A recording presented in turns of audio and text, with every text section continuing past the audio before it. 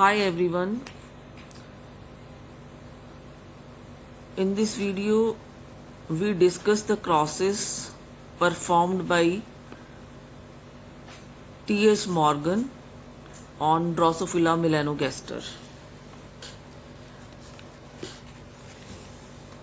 T.H. Morgan carried out several dihybrid crosses on Drosophila to study the genes that are sex-linked.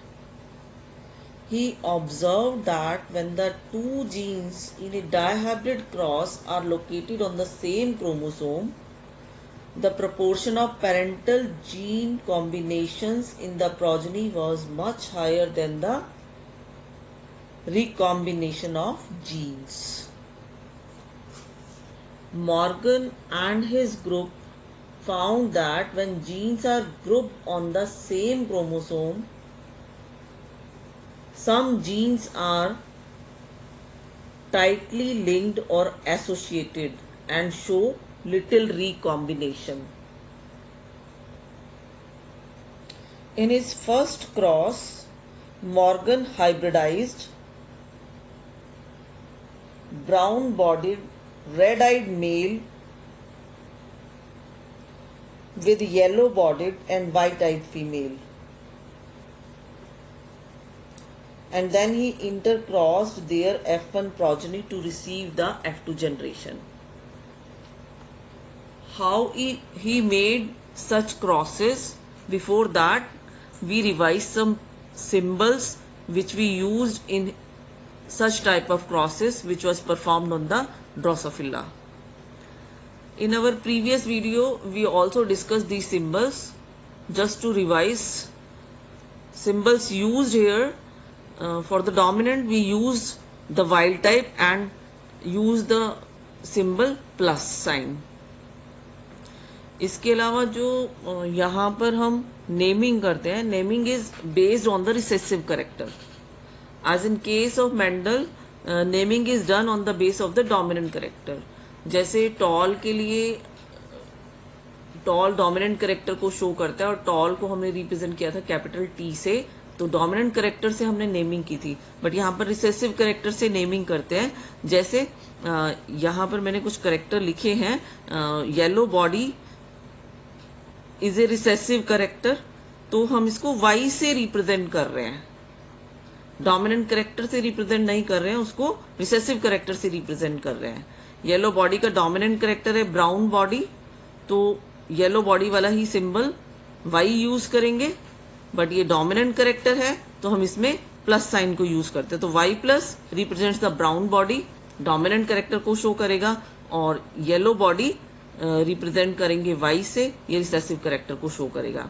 इसी तरह से आई colour के लिए अगर हम ले, red is the dominant character and white is the recessive character, तो इसमें भी व्हाइट आई कलर को कलर रिसेसिव करेक्टर है, तो W से हम इसको रिप्रेजेंट कर रहे हैं, और इसका डोमिनेंट करेक्टर रेड आइड है तो हम इसको W प्लस से शो कर रहे हैं. तो फर्स्ट क्रॉस जो मॉर्गन ने परफॉर्म किया था, उस क्रॉस में उन्होंने मेल का क्रॉस फीमेल से किया.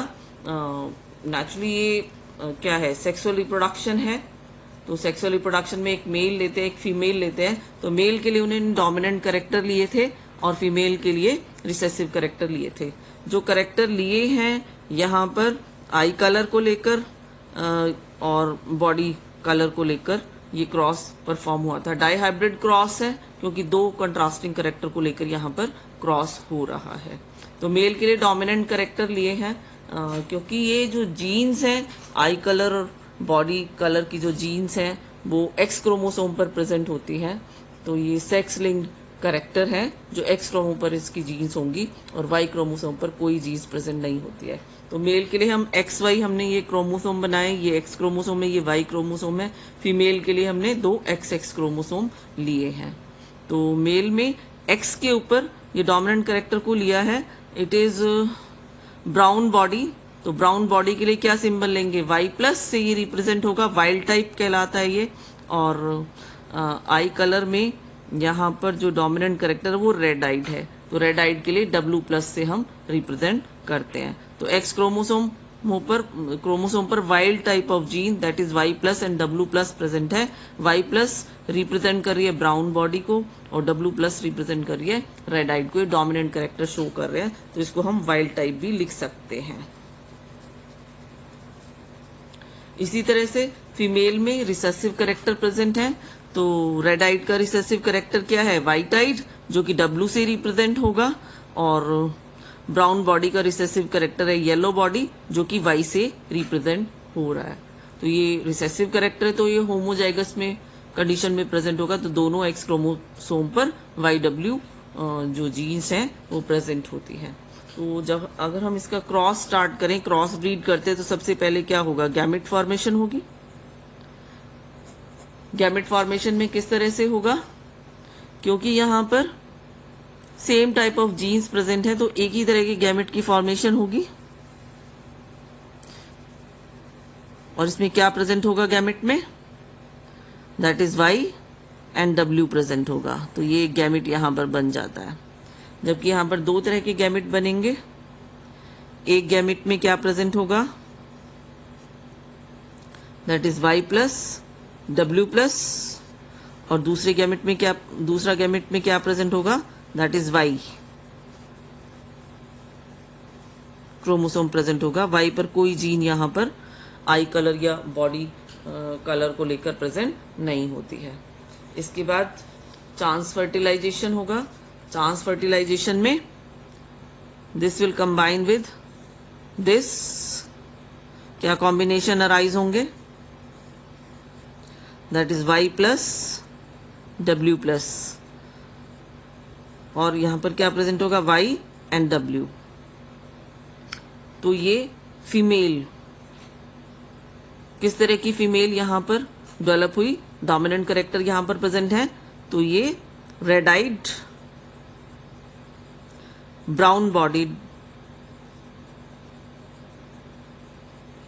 फीमेल प्रोड्यूस होती है। इसी तरह से दूसरा कॉम्बिनेशन जो यहां पर अराइज होगा, एक्स और वाई का कॉम्बिनेशन मेल प्रोड्यूस होगा। एक्स में कौन सी जीन्स हैं, recessive gene Y W present है, और साथ में ये वाई क्रोमोसोम प्रेजेंट होगा। तो ये रिसेसिव मेल यहां पर प्रोड्यूस हुआ है। रिसेसिव मेल के क्या कैरेक्टर है यहां पर, ये white eye colour, white eyed and yellow body.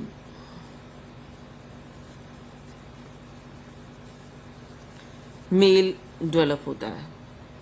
तो this is the F1 generation, जिसकी सेल्फिंग करके हमें F2 जनरेशन मिलेगी। तो मेल यहां पर रिसेसिव कैरेक्टर के साथ प्रोड्यूस हो रहा है, और फीमेल में डोमिनेंट कैरेक्टर अपीयर हुए, red eyed brown bodied female develop होती है। इसको अब हम क्रॉस ब्रीड करेंगे। क्रॉस ब्रीड करने पर हमें F2 जनरेशन मिलेगी। F1 की सेल्फिंग करते हैं। F1 की सेल्फिंग से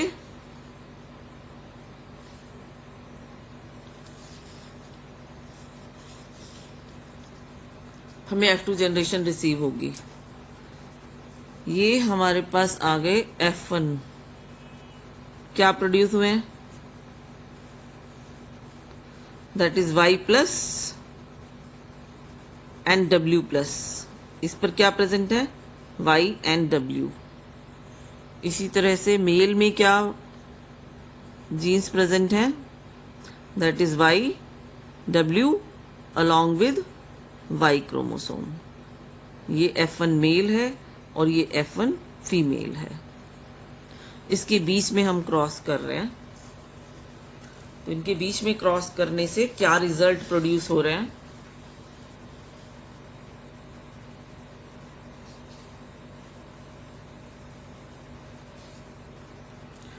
पहले गैमेट फॉर्मेशन करेंगे। Two types of gametes are produced here. One gamete consists of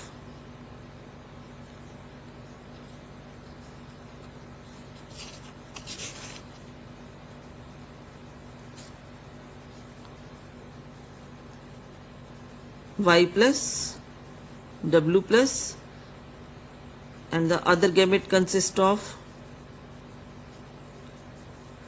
Y and W. Here again two types of gametes are produced in case of male. One consists of X chromosome with YW gene recessive character, and the another one consists of Y chromosome.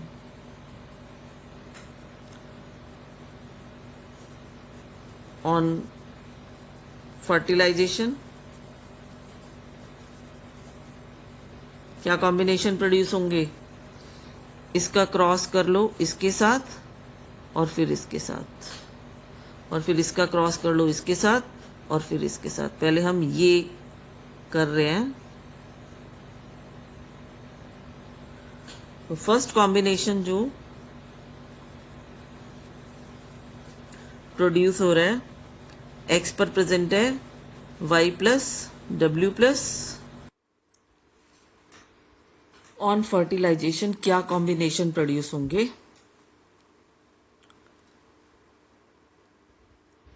सबसे पहले this X combine with this and then combine with this. तो first combination इनके cross से जो arise हो रहा है that is Y plus W plus ये वाला और वाई डब्ल्यू ये वाला. ये जो फीमेल प्रोड्यूस होगी डोमिनेंट कैरेक्टर को रिप्रेजेंट कर रहा है वाई प्लस डब्ल्यू प्लस, तो ये रेड आइड ब्लैक बॉडीड फीमेल है. Again next combination both the X chromosome combined together with YW genes, so showing the recessive character. So second female is produced with recessive character on X chromosome, YW is there, and another X chromosome YW is there. So it is the female with recessive character, that is white-eyed and yellow bodied character यहाँ पर represent करेगा. Next combination Y के साथ ले लेते हैं, एक बार इस एक्स क्रोमोसोम का डोमिनेंट कैरेक्टर के साथ और एक बार इस recessive character containing X chromosome के साथ इसको कंबाइन करते हैं. तो फर्स्ट कॉम्बिनेशन इन दोनों का ले रहे हैं, तो Y plus W plus X पर प्रेजेंट होगा और वाई क्रोमोसोम पर कोई जीन प्रेजेंट नहीं होती है. तो विद डोमिनेंट कैरेक्टर ये मेल प्रोड्यूस होगा, that is red eyed and black body.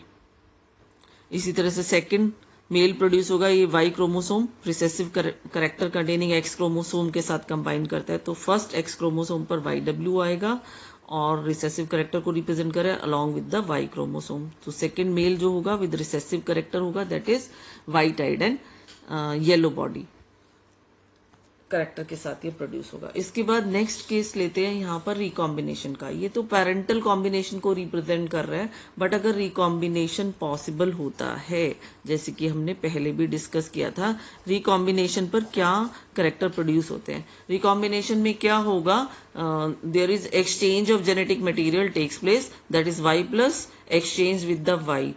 Crossing over is not possible between XY in case of male because XY is not a homologous pair of chromosome, so crossing over is not possible in them. सिर्फ crossing over female के case में होगा जहां पर XX combination of genes present है. तो female के case में जब हम क्रॉसिंग ओवर करेंगे तो there is exchange of genetic material takes place, that is Y plus is exchange with the Y. So जो न्यू कॉम्बिनेशन यहाँ पर फीमेल के केस में रिकॉम्बिनेशन के बाद अराइज होगा वो क्या होगा, that is this X chromosome is consist of Y along with W plus, और सेकेंड एक्स क्रोमोसोम पर क्या प्रेजेंट होगा, that is y is exchange with y plus, तो y प्लस प्रेजेंट होगा और साथ में w प्रेजेंट होगा. जबकि मेल के केस में यही कॉम्बिनेशन रहेगा. मेल के केस में ये फीमेल के कॉम्बिनेशन क्रॉसिंग ओवर के बाद आए हैं. आफ्टर क्रॉसिंग ओवर के बाद ये कॉम्बिनेशन मेल में फीमेल में प्रोड्यूस हो रहे हैं. और मेल का क्या कॉम्बिनेशन रहता है, दैट इज एक्स क्रोमोसोम पर मेल के केस में वही YW जीन प्रेजेंट है और साथ में वाई क्रोमोसोम प्रेजेंट है. अब हम इसके कॉम्बिनेशन प्रोड्यूस करते हैं. फर्टिलाइजेशन पर क्या होगा, this X combine with this, so first female crossing over के बाद जो प्रोड्यूस हो रही है उसमें Y and W plus present है और साथ में इसके साथ कंबाइन करके वाई डब्ल्यू करेक्टर प्रेजेंट होगा. तो ये रिकॉम्बिनेशन से बनी है. इसमें क्या प्रेजेंट है, वाई और डब्ल्यू प्लस, ये वाला लिया है हमने, यहाँ W प्लस आएगा. इसके साथ प्रेजेंट है रिसेसिव करेक्टर YW प्रेजेंट होगा, तो फर्स्ट फीमेल ये प्रोड्यूस होती है। सेकंड फीमेल प्रोड्यूस होगी इन दोनों के कॉम्बिनेशन से, तो फर्स्ट इसमें क्या है, दैट इज Y प्लस के साथ क्या कॉम्बिनेशन प्रेजेंट है, W, और ये X इसके साथ recessive character that is YW present होगा, ये भी रिकॉम्बिनेशन से बनी है। अब Y के साथ ये कंबाइन करके मेल प्रोड्यूस करेगा, तो फर्स्ट मेल जो यहां पर प्रोड्यूस हो रहा है रिकॉम्बिनेशन के बाद, उसके पास प्रेजेंट होगा X क्रोमोसोम पर Y एंड W प्लस, और साथ में Y क्रोमोसोम प्रेजेंट होगा। इसी तरह से जो सेकेंड मेल प्रोड्यूस होगा इन दोनों के क्रॉस से, तो X क्रोमोसोम पर प्रेजेंट होगा Y plus along with W, and साथ में Y क्रोमोसोम प्रेजेंट होगा। तो ये चार जो यहाँ पर दो फीमेल और दो मेल प्रोड्यूस हो रहे हैं, ये रिकॉम्बिनेशन से प्रोड्यूस हो रहे हैं। मॉर्गन ने जब इस क्रॉस के रिजल्ट देखे तो he was very much surprised. उसने देखा कि जो रिकॉम्बिनेशन के क्रॉस की परसेंटेज आई है वो कितनी है, ओनली 1.3% रिकॉम्बिनेंट्स अराइज हुए हैं, जबकि पेरेंटल कॉम्बिनेशन की जो परसेंटेज थी वो कितनी थी, 98.7% पेरेंटल कॉम्बिनेशंस थे।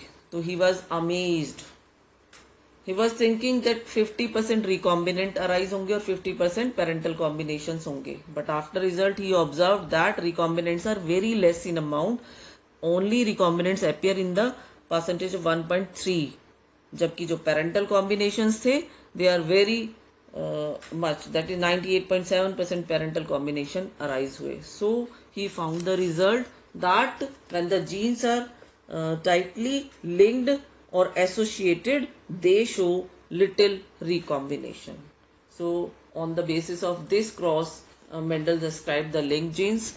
Linked genes की क्या conditions थी, ये हमने पहले भी डिस्कस किया है, that is the genes are present on the same chromosome। दूसरा, linked gene के लिए क्या है, linked genes are inversely proportional to distance between the genes।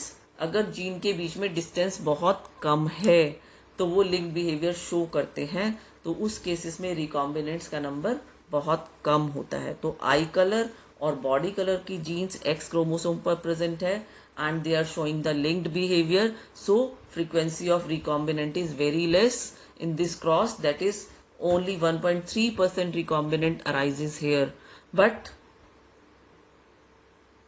Parental combination का नंबर ज्यादा है because genes are showing the linked behavior, they are tightly associated with themselves, do not permit the recombination here, so parental combination rises 98.7%. This is the first cross which was done by Morgan in case of Drosophila. I think this cross is very much clear to you all. In our next video we will discuss the second cross which was performed by Morgan on Drosophila. This is all about in this video. Thank you so much. Hi everyone. In this video we discuss the second cross performed by Morgan on Drosophila melanogaster. In second cross he taken the character that is eye color along with wing size. I colour के लिए जो dominant character था